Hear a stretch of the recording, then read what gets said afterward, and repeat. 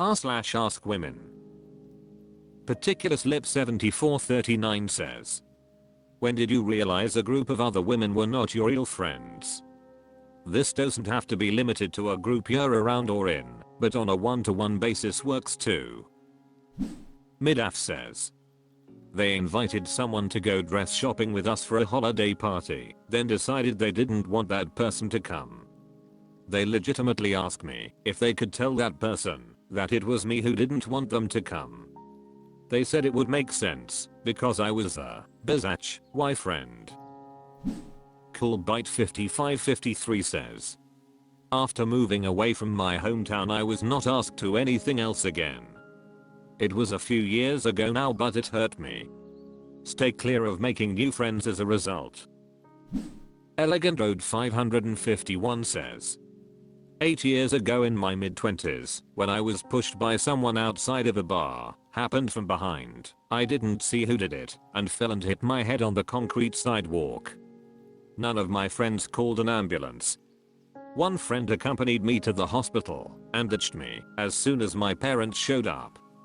I never saw the rest of those friends ever again, they never reached out, nothing.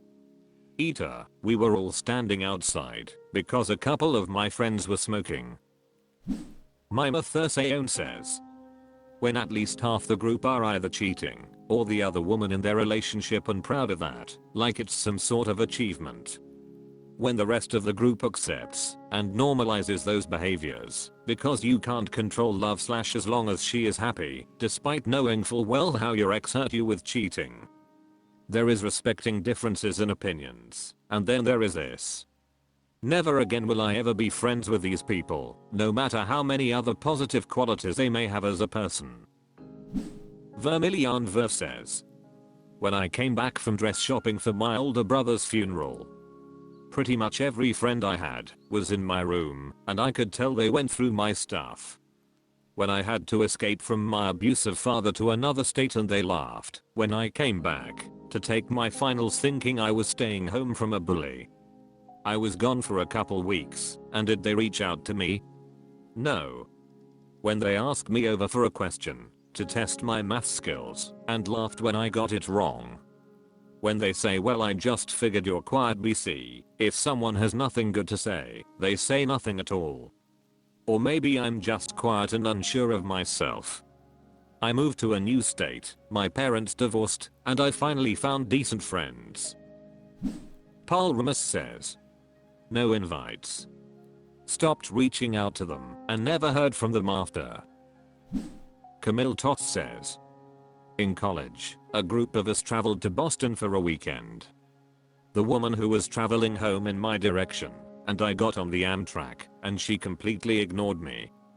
She'd never been a friend, but we had mutual friends. I ended up moving to a different car. D3 Goo says, when one of the women started, trying to, other people's partners and they didn't immediately cut her out. She tried to make herself the victim when in fact she broke up 2 marriages and, ed up even more friendships. Yet they choose her over me. Some of the friends have reached out and apologized. And we have kinda started hanging out a bit again, I'm point being cautious, the trust is gone though, and I know there were extenuating circumstances, but it feels like I was scapegoated whilst being the last to find out about the whole thing. I was literally excluded for no reason, and I'm still trying to wrap my head around it. Irish Snowdrop says, in high school, when they would ignore things I said, when I was the only one without someone to sit by on the bus, and when they didn't care to invite me to group stuff later, a friend got upset with me and told everyone massive lies about me behind my back, including our mutual friends. The things she said were meant to defame my character and make me look like an abusive friend whose true colors finally came out. She was my best friend for 14 years. r/AskWomen. Issa Pisa Kitty says, how often do you wash your genitals if you don't take daily showers, and what do you use?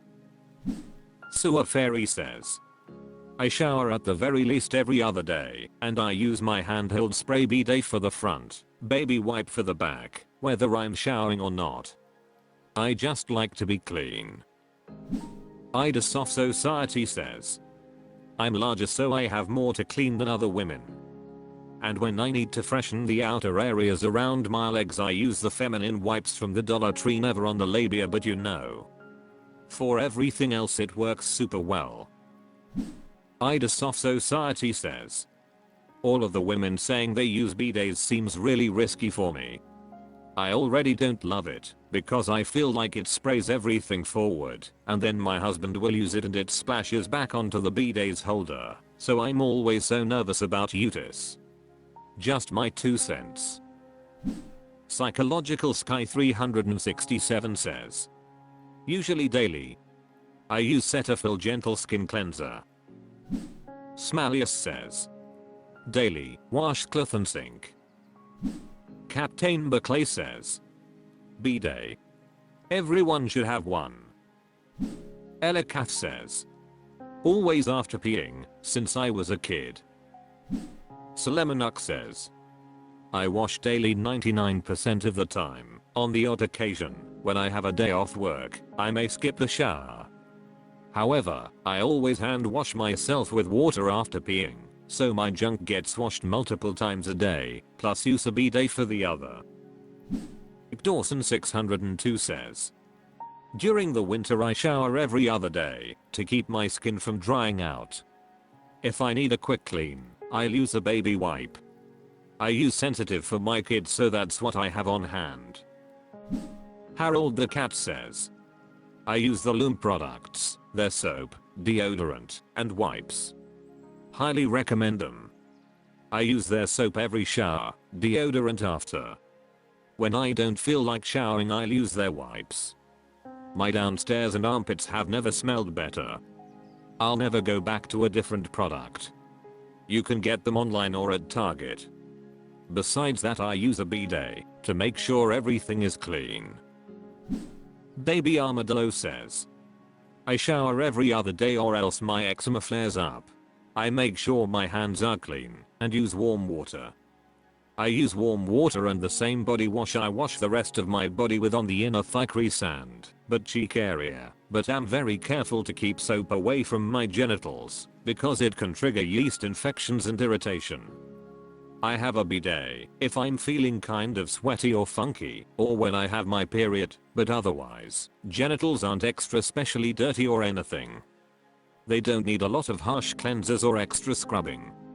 They are not in contact with the outside world, touching dirty doorknobs, or shaking hands with strangers. Aslipin Thielpine says, baby wipes. Togastaman says, bidet. But also, contrary to what that frick, ein, conch, deodorant woman that I see everywhere tries to tell people, some body odor is normal. If you smell like a frick, ein garbage dump, if you skip the shower, go see a doctor. Or, just shower every day lol. Some people just need to because they work out, or work manual labor jobs. Some people just really stink and some don't.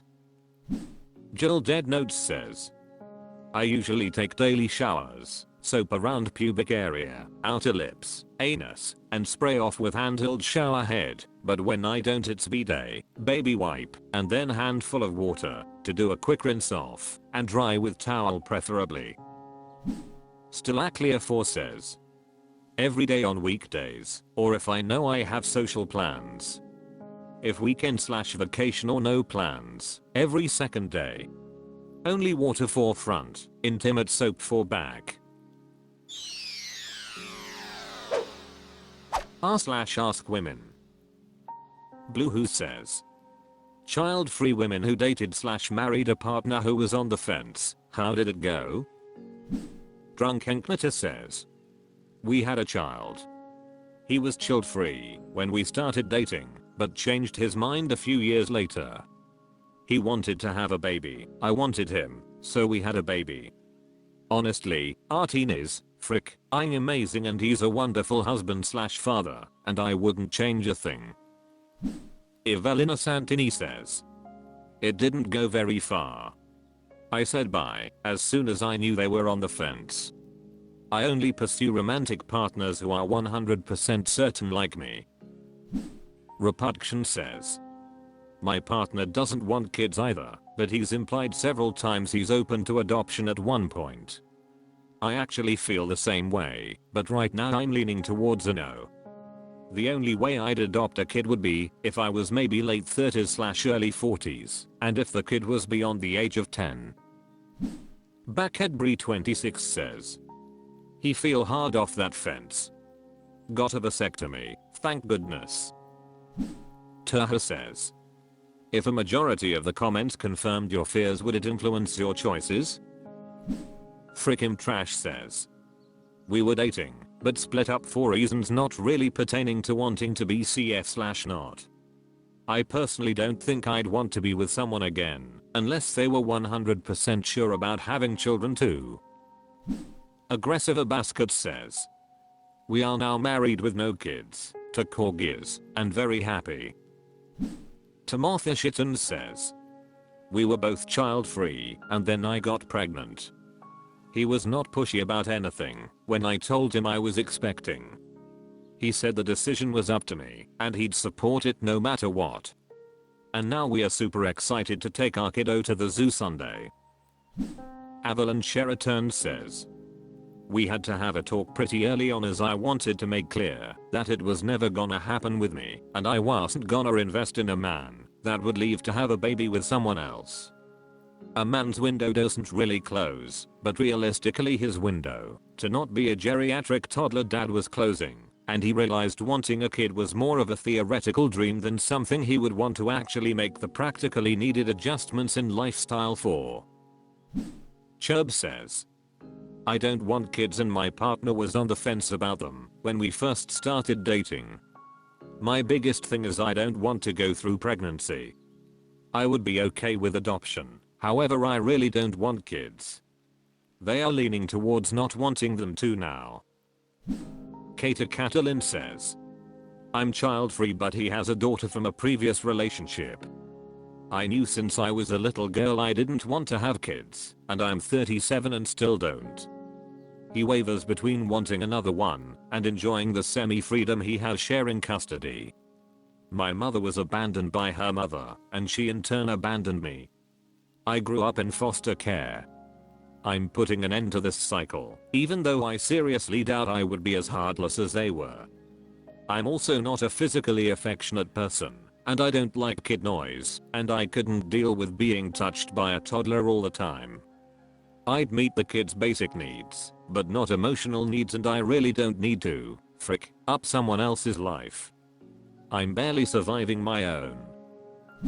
Little Fish Bogosian says, "My spouse wasn't on the fence. He still wants a child with me, but I got sterilized before we got married, and I told him that if he still wanted to be with me, he'd just have to accept that he's not getting kids.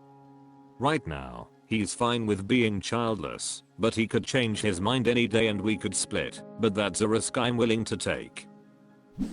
Princess Orb says, "Being with me made him a hard no. I wouldn't be surprised if he had children with a new partner." Disjointed Chameleon says, "We are getting divorced. He was CF when we met and got married.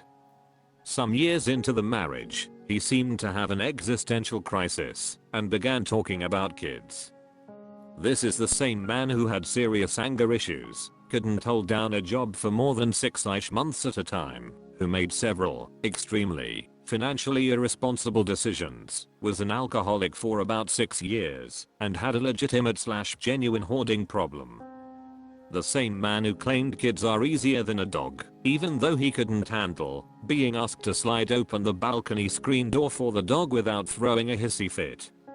In other words, he couldn't handle being asked to handle basic adult responsibilities without throwing a tantrum. Even though I loved him with every fiber of my being, deep down, I knew that having a child with him would have been extraordinarily irresponsible. I've read way too many horror stories here on Reddit and other platforms about women having children with men like or similar to my own husband, thinking or hoping he'd change. Statistically speaking, I knew that procreating with him would have permanently altered my life for the worst. And so, I left 6 months ago, and not just.